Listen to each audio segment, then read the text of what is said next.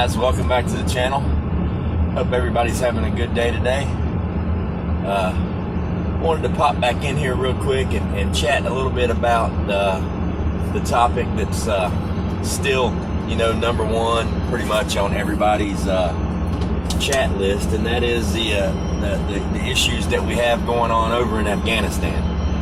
And I've been thinking about it a lot, and I've been thinking about some of the comments that I made in the previous Ramblin videos, and I got to, something kind of struck me, and I'm like, wow, maybe people don't know this. And for a lot of you out there, civilians that haven't served in the military or in a big multinational corporation type environment, when you see videos of all the equipment and weapons and everything left behind by U.S. soldiers in Afghanistan, and the narrative is to be used by the Taliban or whoever's there to acquire these supplies, that's a legitimate grief for Americans when they see that. And a lot of people are missing the fact that, or at least what I think is the fact, that the media is playing into that, and they're playing into that narrative because a lot of people just simply don't understand the logistics involved in making war in a country, 8, 9, 10,000 miles away. I promise you, we left a whole lot of stuff behind in Iraq, okay, that was never mentioned. Just like we left things behind in Afghanistan that everybody's up in arms about. And from an ex-military point of view, I want to throw a few tidbits of information or intel, whatever you want to call it, out there. If you take a shipment of Humvees to Afghanistan and they serve in a combat climate for 2, 3, 4 years under constant maintenance, the things have several thousand, if not hundreds of thousands of rough miles put on them. Those things are in need of constant maintenance. And working on a Hummer, it takes a special kind of person, a specialty, it's a skill to work on a Humvee, especially the up armors, with the turbo diesels and this and that and the other. But here's just a simple fact, and it comes down to the dollar. If it costs me as the United States government, $100 million to ship home or fly home, or however you transport it. If the transportation cost to me is $100 million to bring home 500 Humvees, and the cost to purchase 500 brand new Humvees that don't have the miles on them, that don't have the damage on them, is less, then it makes sense to leave them. I can buy brand new equipment cheaper than I can transport home the damaged equipment. And I'm here to tell you, from just a logistics standpoint, there aren't too many ASC certified military mechanics on the tarmac or in the desert in Afghanistan. So if there are some serviceable Humvees that are there working, I can pretty much guarantee you that within 60 to 90 days, they will just be long decoration. They will be immobile and unserviceable, simply because of the technicality, the technical nature of keeping those things operational. And that's it as far as the equipment. I can't speak to, Apache gunships and things like that. But what I do know is when one military force follows on another military force, and this happened in my situation, all the vehicles that we were using in station, we just signed them over to the unit that was coming. Each unit that comes does not bring their own vehicles. They don't bring all of their own vehicles. Vehicles are rotated in and out. That's a complete separate thing.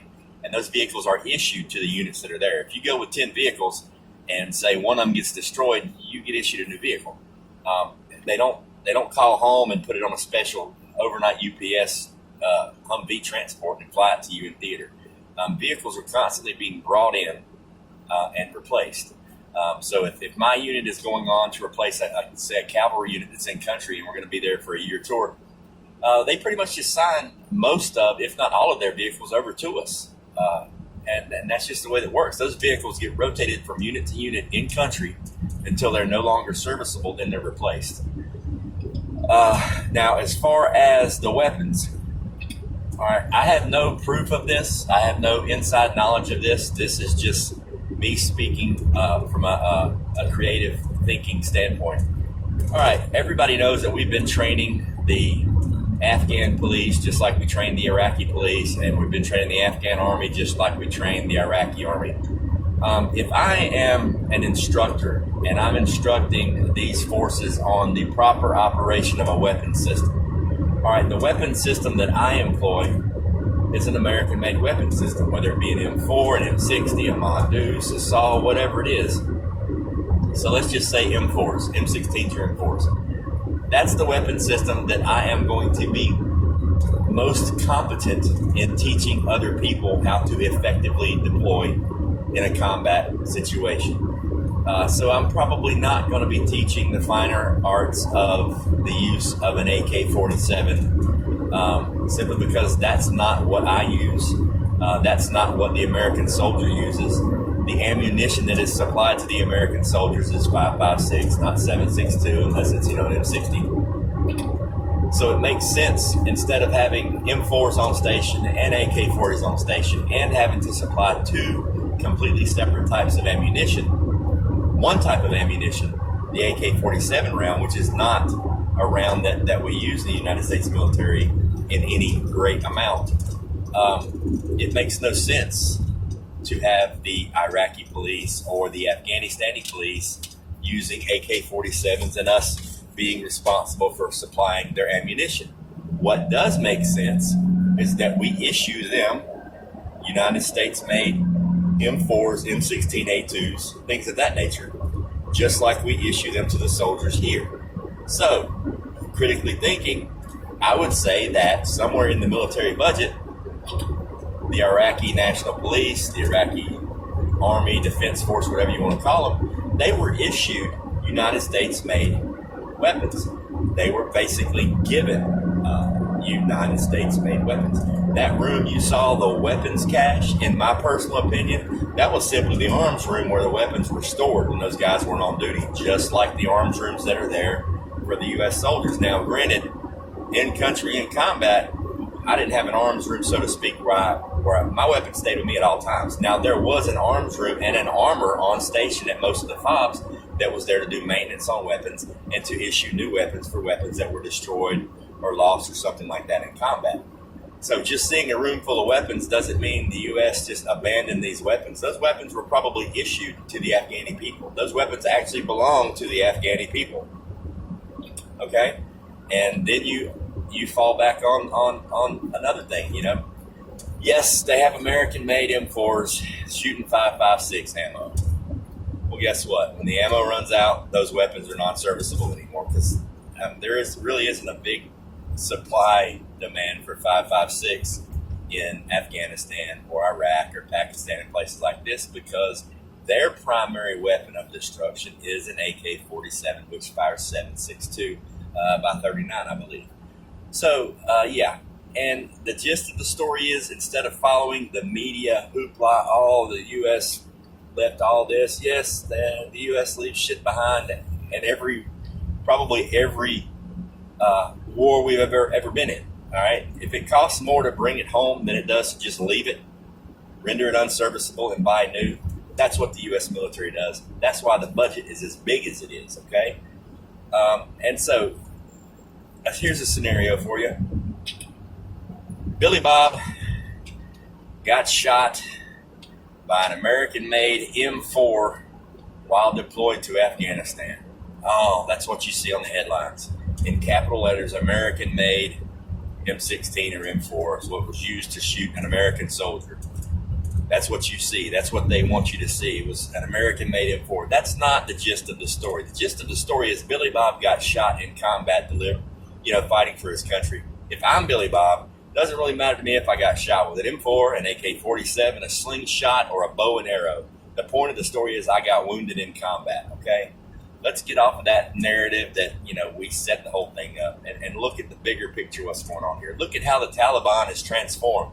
Remember what I said a couple of days ago about there's going to be this monumental treaty from a reformed Taliban that had plenty of time while they've been, at a constant state of war with America for the last 2 decades. That's 20 years for those of you that don't know that.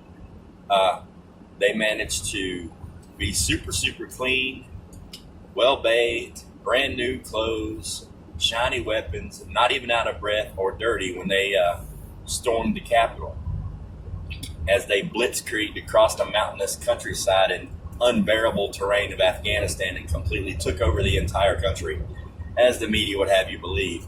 No, why do I feel like I was listening to Xi Jinping talk in Farsi and Afghani in that press conference? You know, this is planned, this is orchestrated.